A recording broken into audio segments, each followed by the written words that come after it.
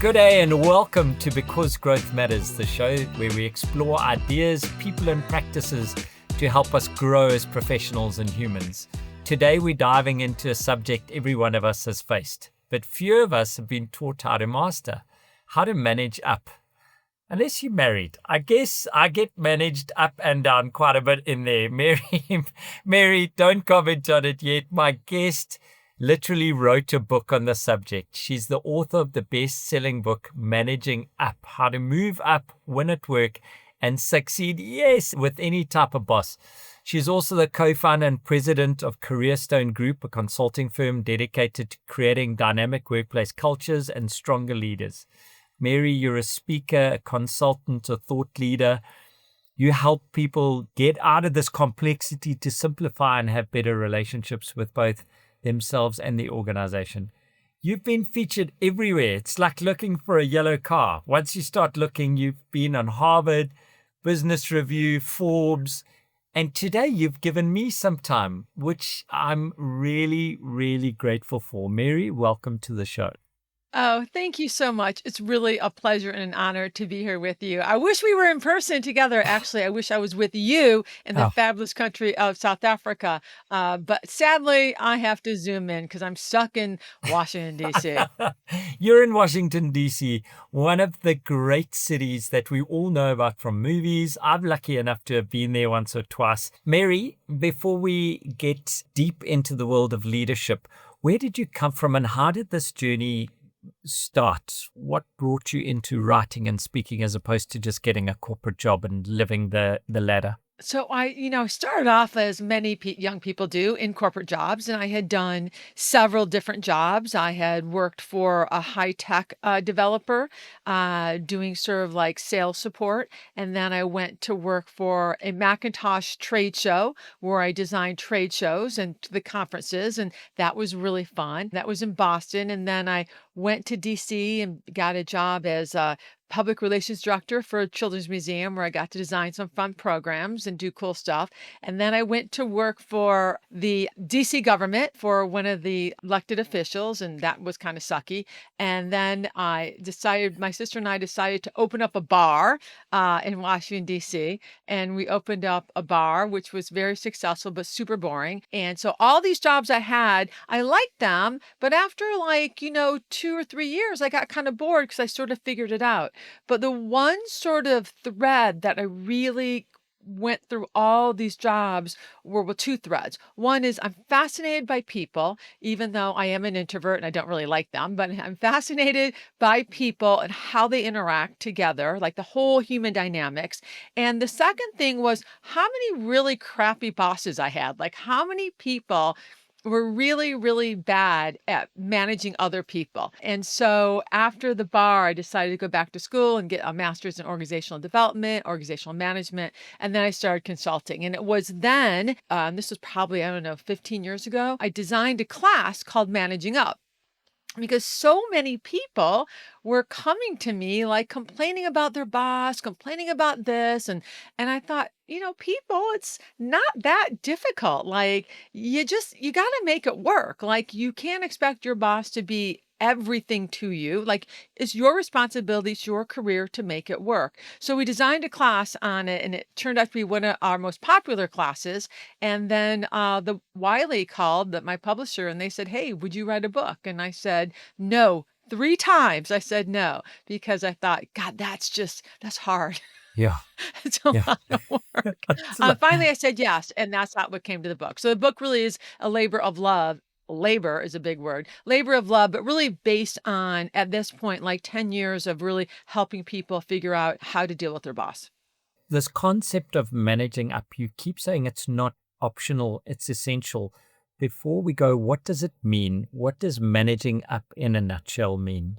Managing up, and a lot of people don't understand it. So thanks for asking that. So managing up means making a concerted effort to develop a productive and positive working relationship with the people above you in the food chain so that you can be successful, they can be successful, and the organization can be successful. It's about managing the relationship so that everybody wins. It is not about being a suck up. It's not about being a sycophant. It's not about brown nosing abusing or bootlicking. Like that is not what it is. It's about taking responsibility to manage one of the most important relationships in your career. Because whether we like it or not, our bosses have a lot of influence over our career trajectory, and your career matters, right? So people, nobody should, nobody can, nobody will care about your career more than you do. So if part of someone's career success hinges on having a productive and positive working relationship with their bosses, managers, and leaders,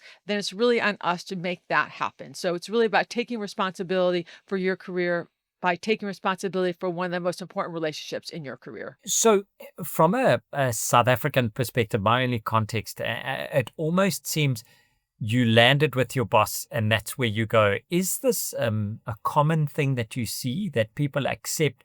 Well, my boss is just ugly and they're a shouter, and this is how it has to be. And the only way to change it is to move. Or is it quite common to want to influence it and think about influencing it?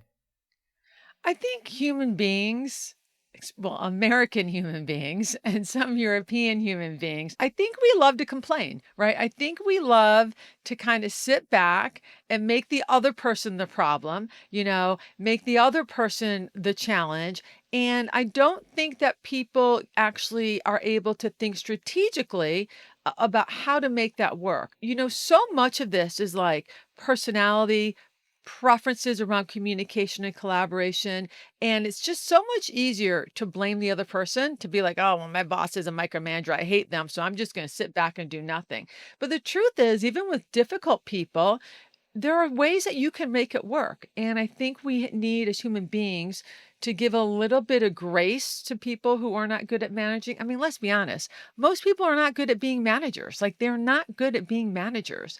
And this is not necessarily their fault. I mean, I don't know about in South Africa, but in America, we promote our managers based on their technical skills, right?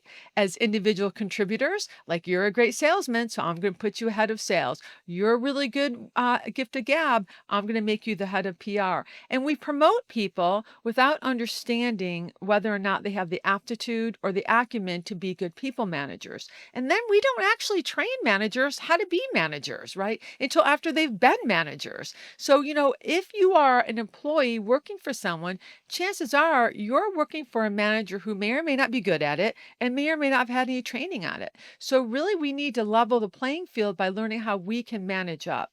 And let's also be clear. America at least spends billions of dollars a year on leadership and development training. Yet, we still know that managers are the number one reason why people leave their jobs. So I thought, let's teach it from the other side. Let's get both, we also teach management skills, but let's teach people how to deal with imperfect managers or managers that are imperfect for them. I mean, your unicorn boss might be my worst nightmare, right? So understanding how we can empower the people to develop those productive relationships above them.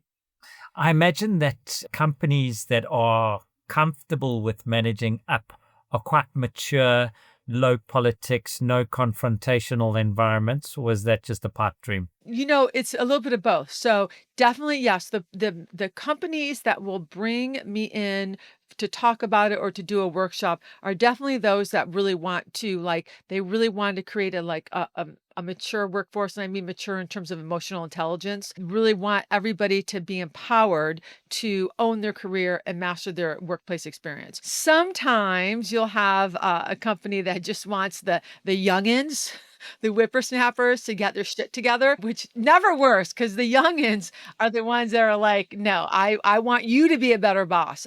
So it's really interesting. The people that tend to really respond the best to the managing up message actually tend to be people who are mid-career, people who have just enough experience in the workplace to really get how important it is to navigate the hierarchy or to navigate just, colleagues in general. Young people still tend to be a little bit idealistic, and older, seasoned people actually really like it too because they're like, "Yes, that's exactly what needs to happen." But they've already learned it, so it's really been surprising. What else has been surprising is how many managers like it. I can get it. I can get it. Yeah, you said something earlier. What we teach is what got you here won't make you successful. The sales management development program is because people are promoted and they get into this position and they guess practice. They don't have best practice because nobody's ever shown them. And they don't understand the value of one-on-ones, and they don't understand the value of cadence, and they don't understand the value of managing pipelines individually, not as a team, because no one's ever shown them. And now we've got employees that are expecting things like, I need help, but they're not getting it from the managers because the manager doesn't know where it is. You should know because you got the job. So it's quite an interesting place to be. Well, and in sales is also really interesting. Harvard does a lot of like studies around like the whole sales, like leadership pipeline. And there's been a lot of studies that show when you elevate your highest performing salesperson, who oftentimes is wildly independent person, into management. And if that person is what they call a brilliant jerk, the whole sales team actually does worse, right? Because if they don't know how to manage people, it's not good for the sales team. But, organizations keep making the same mistake over and over and over again. And it keeps us in business, which is great. Yeah. So No, I keep saying if organizations actually promoted the right people to management, I wouldn't have a job anymore, right? Because we're always cleaning up their messes, right? But there is psychological trauma that goes through it. I mean, you're looking at one. If I had to have read your book, if I had to have gone on our training before, I wouldn't be here because I would have been a great sales manager, but I was a disaster. Someone who's working for a disaster. Give me 3 tips on how do we start? How do we start managing up successfully? So you have to first of all, you have to define what the disaster is. In my book, I've outlined, I think, 13 different types of disaster bosses. And there's a difference. And this is one thing I really hope people understand. There's a difference between a difficult boss and a toxic boss. Okay. So a difficult boss might be someone who is maybe a micromanager. I've named them out, or a ghost, or they are incompetent, or they are a narcissist, or lots. So you got to define the dysfunction first. You got to name it to tame it. But then you have people who are toxic. And so I want people to realize like a micromanager is not toxic. A toxic boss is the screamer, the shouter, the bully, the boss that operates through like demeaning, debasing, belittling. So when you're working for one of those jokers, you're never gonna thrive with a toxic boss. And my really big advice for the toxic boss is to manage yourself out, because usually what happens with the toxic bosses is that they're usually brilliant jerks or high performers, right? Or they're sit at the very top of the organization. And organizations, as you know, are very reluctant to get rid of like the rainmakers, even when they know the rainmakers are destroying morale, engagement, and commitment. If your organization doesn't really have any influential or powerful human resources department, complaining about a toxic boss could actually damage you more than it damages them. I'm sure you've seen that. So if you have a toxic boss, you do need to get out. And I think people need to realize that working for a toxic boss or a toxic culture is detrimental to your physical, your mental, and basically your spiritual health, because you have a 60% increase in the likelihood of a stroke, a heart attack, a cardiac event. Your immune system gets demolished. So you're more susceptible to colds, flus, things like COVID, because you have no immune system. And it really demolishes your self-esteem. It's sort of like the Stockholm syndrome, right? And people start to lose faith in themselves. So I say if you're working for a toxic boss, it can take like up to 2 years to actually fully recover from that experience. It's like PTSD. So I would say to people, if you're working for a toxic situation, you got to plan an exit. You need to have support people around you to help keep you healthy mentally. You need to be able to put a golden shield around you when you go in. You need to minimize contact, but really, most importantly, you need to get out. So those are toxic bosses. Now, difficult bosses, disasters in other ways, it really depends on what it is. So For example, if you have a micromanager, right, which everybody hates a micromanager. This is the person that's always over your shoulder. They're nitpicking everything you do. They don't give you any autonomy. Then the strategies for something like that would be to actually give them, they need more information, they need more inclusion, they need more control. So what you need to do is give it to them. Like, stop resisting who they are. That's who they are. And what you need to do, whatever you can do to build that trust. And if that means flooding them with information, proactively do that. If that means like figuring out what their pet peeves are, maybe it's the Oxford comma, whatever it is, figure it out. But this is really, people hate doing this because they get so insulted. But you can be insulted all day, right? But if you get stuck in that amygdala hijack, you're not helping yourself at all. So it's about being strategic. Let's talk. You mentioned it, the ghost boss. So it's the boss that's, I'm assuming, out to lunch all the time, only comes in at certain times, and then whoosh, things need to have. How do we deal with that? Yeah. So the ghost boss, first of all, we have to realize that people will ghost for lots of reasons, right? Sometimes they're ghosting because they're lazy, like the one you described, and they're ghosting you and they're ghosting everybody. Sometimes they ghost because they just have too much on their plate, right? They're not connected with you because their plates are really full. Sometimes they ghost because they're really serious introverts, right? And they don't necessarily like engaging. Sometimes they ghost because, quite frankly, I hired you, Dan. I trust you. Go do your thing, right? So whatever the reason, it's helpful if you can figure out the reason, but whatever the reason is, you can't ghost your ghost boss. So you do need to try to keep them in the loop the best you can. So if you need support, input, you need to be proactive about scheduling time with them, realizing that they're going to cancel half that stuff. So go ahead and keep rescheduling. You also want to make sure that when you are meeting with your ghost boss, that you are really short and succinct, right? Be brief, be brilliant, be gone. Because part of what you're doing with the ghost boss is you're training them that when you say you need 10 minutes, you only actually take 9, right? So then they're much more likely to give you that time. A couple more things for the ghost boss. One, you have to do CYA. You have to cover your ass, right? So this might mean, let's say that you have a sales pitch deck that you need approval on. You might email the ghost boss on Monday and say, hey, the sales pitch is on Wednesday. Here is my deck. Sales pitch is on Wednesday at like 10. Let me know before that if you have any comments, edits, suggestions. Otherwise, I'm assuming this is good to go. So covering your ass with an email. And then my last suggestion is to practice what we call FITFO. And FITFO is an acronym that stands for figure it the fuck out. So that means you got to figure shit out. Like, you've got to do what you can to be self-sufficient. Reach out to colleagues, senior colleagues, other managers, other leaders. Get other people in your organization to mentor you and really be as self-sufficient as you can. Yes, it was scary. Yes, you might stumble, but what are your choices? This person isn't connected to you, so you need to figure it out.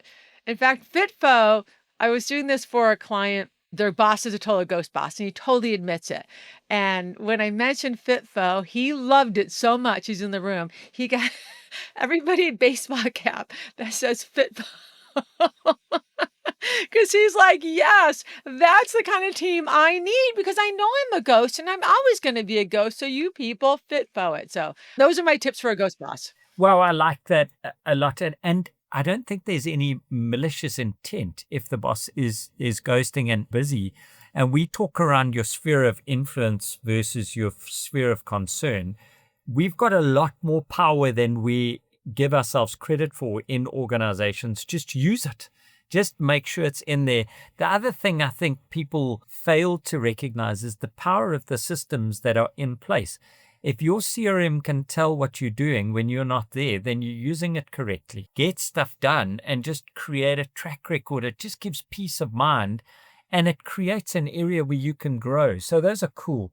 What's the worst kind of boss that you found where it's kind of affects the culture? And I'm not talking toxic. I'm talking we have to manage them. And ugh. Well, I think it's different for everybody, right? It really depends on what's your rub. Like for me, for me, my rub, like I really dislike the manic micromanager. And of course, owning my own business, I'm managing up to different clients all the time. So everybody's got to figure out what their own worst kind of nightmare is. I think for destroying culture is probably it's incompetence, it's narcissists, and it's micromanagers. But for me, the one that really bothers me the most is the impulsive, right? The boss that's Oh, look, always there's a squirrel.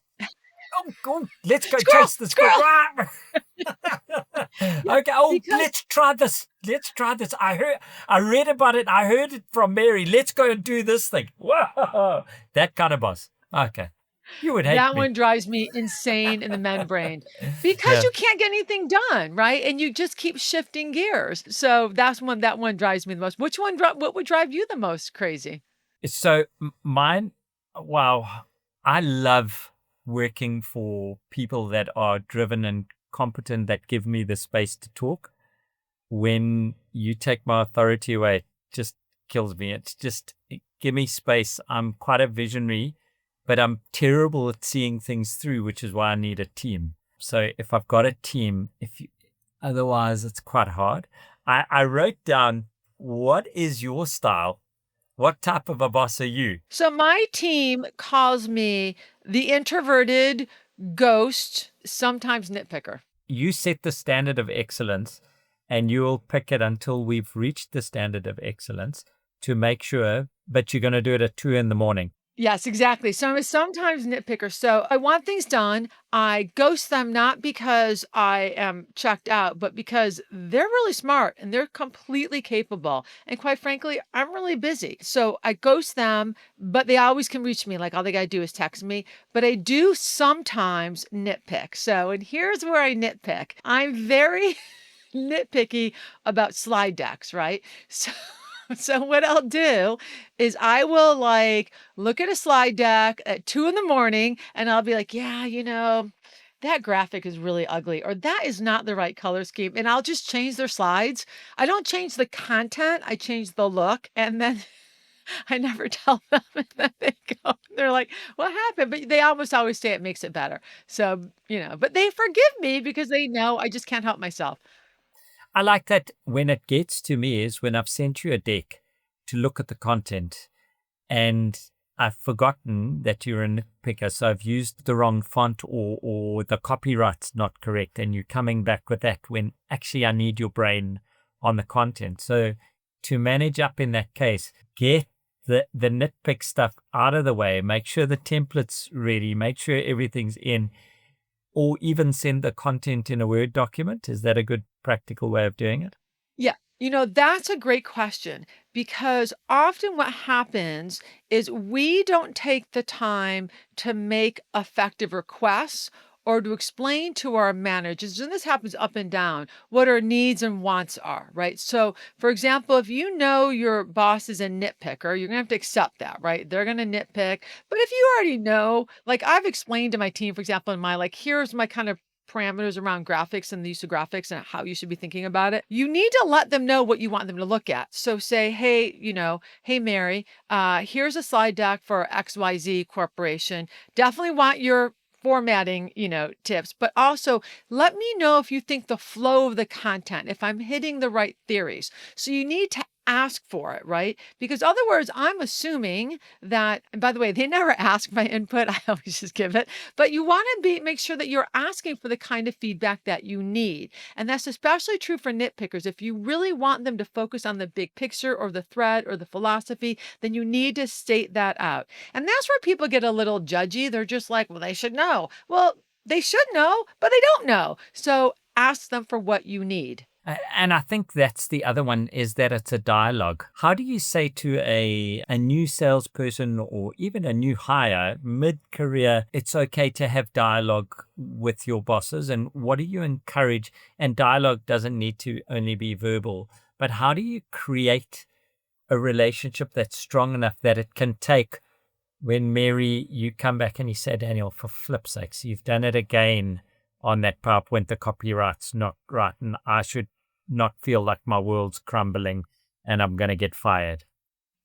Yeah, so there's a couple handful of things, nothing earth-shattering. The first thing I would recommend is that even if you've been working for someone for years, go have what I call the conversation. So have a conversation around you and your boss's preferences, priorities, and pet peeves.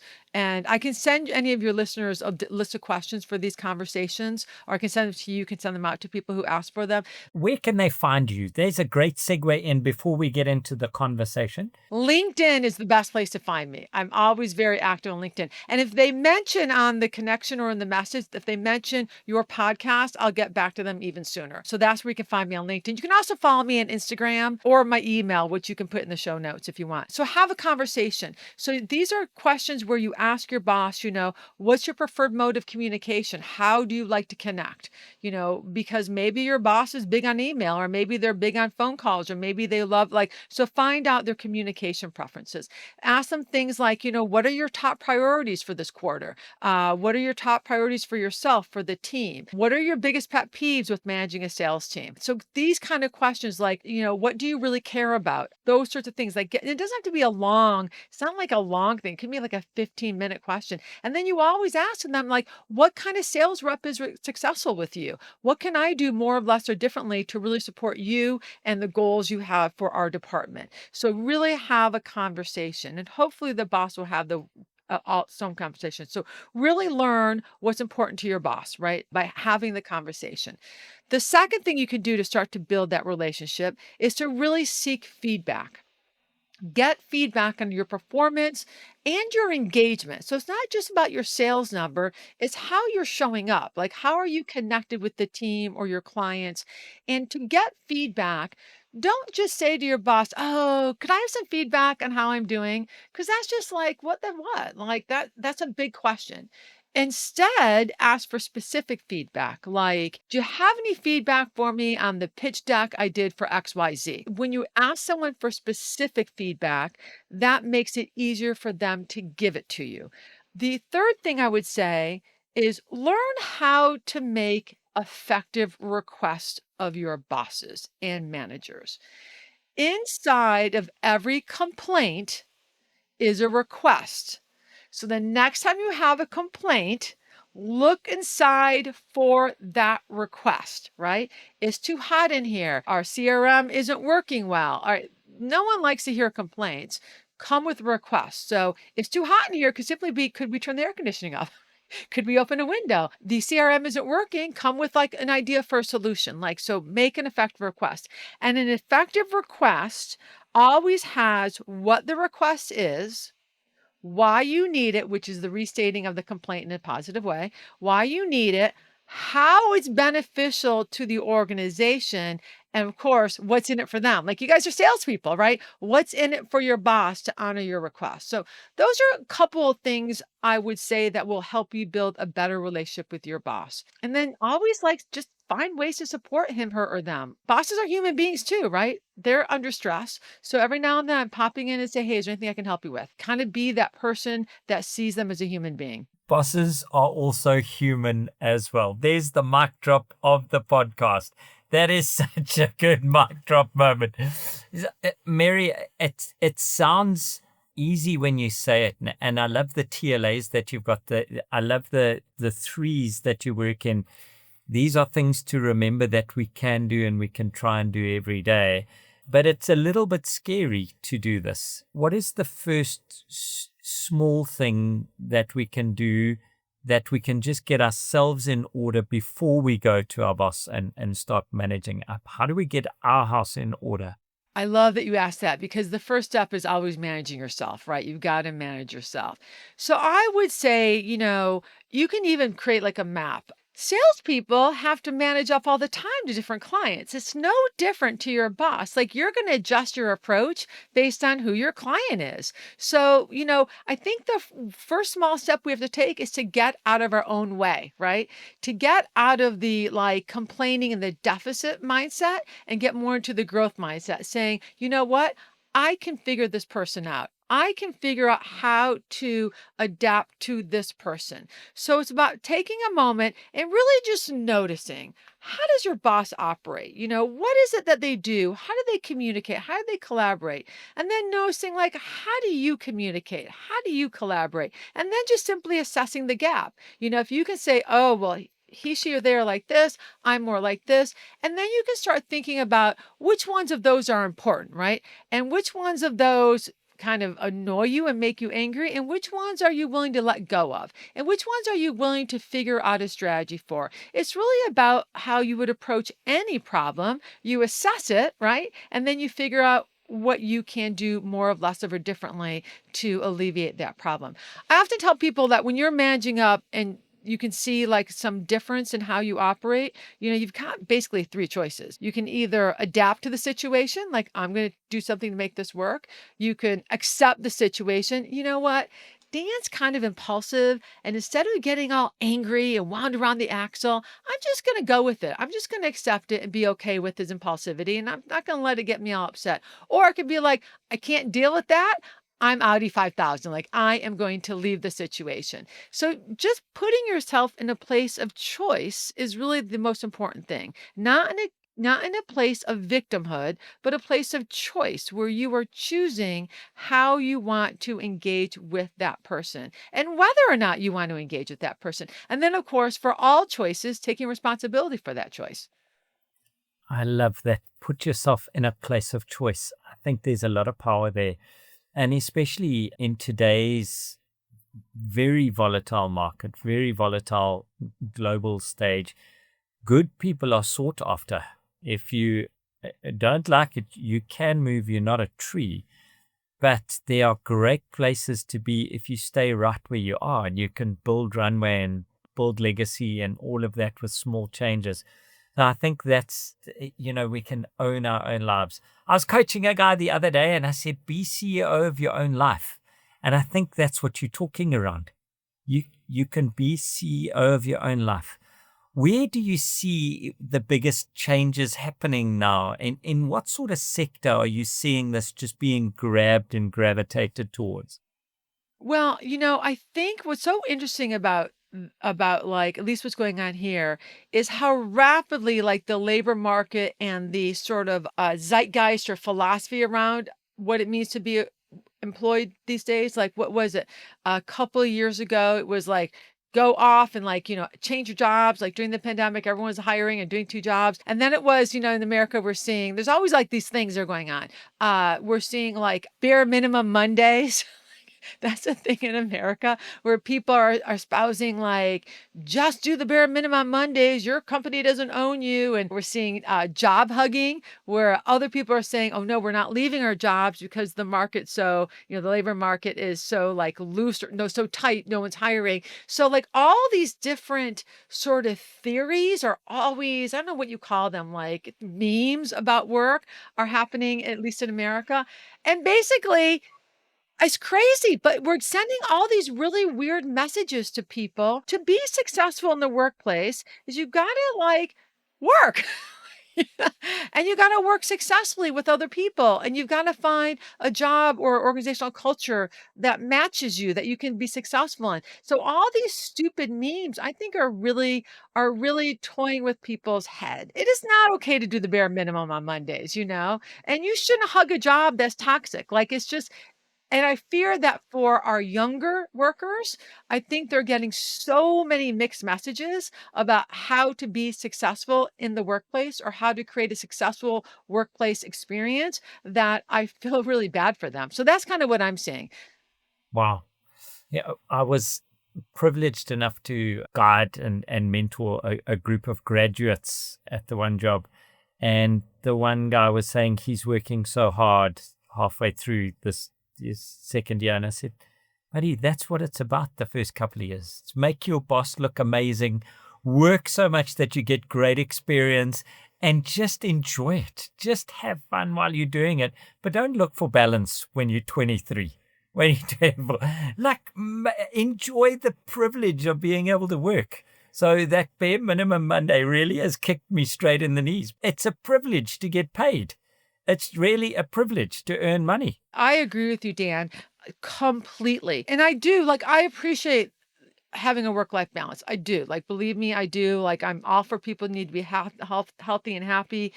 And it also depends on what you're trying to accomplish in your life, right? So if you're trying to make a lot of money, right, and have nice things and have the ability to go on fancy trips and buy fancy stuff and do fancy experiences, guess what? You got to work hard for that. So I fear that some of the younger folk think that you just get to show up and rewards come. That's not how it works, right? I have a lot of law firm clients, and they are really struggling with the fact that, law firms are notoriously like not good for work-life balance, right? You got to work your ass off to be a successful lawyer. And they're having a real challenge with the younger generation. Like there's certain levels you have to meet to get your bonus, and they're not meeting them. And then the young lawyers are saying, well, that's not fair. And they're like, what do you think a bonus is? A bonus is when you hit a certain amount. So it's really interesting times, I think. It's amazing. You have so many different clients compared to ours, but we're going through the same things as well. I have more hope for the younger generation because I've seen some incredible sales managers come through, and they're bringing something which is this entitled empathy. They feel it's okay to feel empathetic for their people and can guide and coach and will spend the time. They don't need to be the top salesperson anymore. They're not the individual contributor. They are the sales leader, and their job is actually to be on the sideline. So I've got amazing hope for what's coming through, but I do get it that some folks they have a misconception. The rewards, the medal follows the sweat. You got to do the sweat first. Mary, we're coming to the end of our time, and I'm going to ask you a couple of questions just quickly. The first being, what is your ideal kind of customer? Where are they based geographically? And we've said LinkedIn, you've said your website, you've said Insta, they can get hold of you. But who are the type of customers that you help the most? I like organizations, kind of back to our first thing, like any organization, as long as you got some money, mama doesn't work for free. Any organization that really cares about enabling and empowering the people in the organization to actually create positive workplace relationships. Like, so those are the organizations, so people that care about helping their people be successful long term. So those are the kind of organizations I like. Yeah. And I'll go anywhere. One of my last questions. If you were hosting this podcast, interviewing the amazing Mary Abbajay, what is the one question you would have asked her? I would have said, how do managers feel, or what can managers get out of learning about managing up? What can managers get from reading Managing Up or attending some of the talks? All right, so here's what was the biggest surprise of the book and everything that came after the book. I had assumed that managers would be like, or like, don't you try to figure me out. But the biggest fans of the book are managers for two reasons. One, they're like, oh my God, they'll get the book and they'll highlight and they'll give it to their team. Like, here's what you need to know about me. But what I really love about it the most is that so many managers come up to me after these presentations and workshops and say, wow, that really made me think about what kind of a manager I am. That really made me think about like, what's the impact I'm having on my team? It really made me think like, am I difficult? Am I one of those difficult bosses? And I'm going to go talk to my team to like, make sure I'm not. If I am coming across that way, I want to, change my evil ways. So that has been the most gratifying thing to me, is that I didn't expect to have an impact on managers, but it actually is having an impact on managers and their self-awareness and their desire to have a more positive impact. All of us want to be liked, and we want to be doing better, and we want our teams to like us. So it's one of the reasons your book and yourself attracted me, and why I wanted to interview you is because we just want to be better. We want our teams to hit their numbers. We want them to get good bonuses, and we want them to appreciate us as bosses. So thank you for writing the book. Thank you for putting it together. My last question to you, Mary, what is the 1%? The 1% that differentiates good bosses from great bosses that they can learn from Managing Up? Emotional intelligence, self-awareness, and impact. Okay, I failed on 3 of those. So I'm going to have to read the book again. But it's all about emotional intelligence, right? When you're a boss, your main role is to set the conditions for your team to succeed. That is your big role. It's about setting people up for success, which means understanding what they need to succeed. Don't, it's not necessarily, I mean, yes, of course, you've got to manage like the processes and the numbers, but your main goal is setting the conditions for your people to succeed. And to do that, that is about emotional intelligence. Thank you. Mary Abbajay, all the way from Washington. It's been such a pleasure. It's been so wonderful to learn from you and just to connect with you. I hope I get to see you again. I hope I get to chat to you again. And I hope you have a wonderful, wonderful autumn, winter morning. Awesome. Autumn. I, Yeah, we're fall. We're in the fall. I'm going to go for a swim because I don't know Fahrenheit, but it's about 9,000 degrees. So I'm going to go for a swim, and I wish you every success. And to our listeners, I wish you new deals, new leads, and I hope the quarter's going extremely well. From me, Daniel, goodbye. Bye. Thank you. Thanks for listening to this episode of Because Growth Matters. If you found this conversation valuable, I'd really appreciate it if you could take a moment to rate this show 5 stars on the platform you're listening from and share it with someone who would benefit from the conversations. Make sure to follow or subscribe so you don't miss next week's episode. See you then.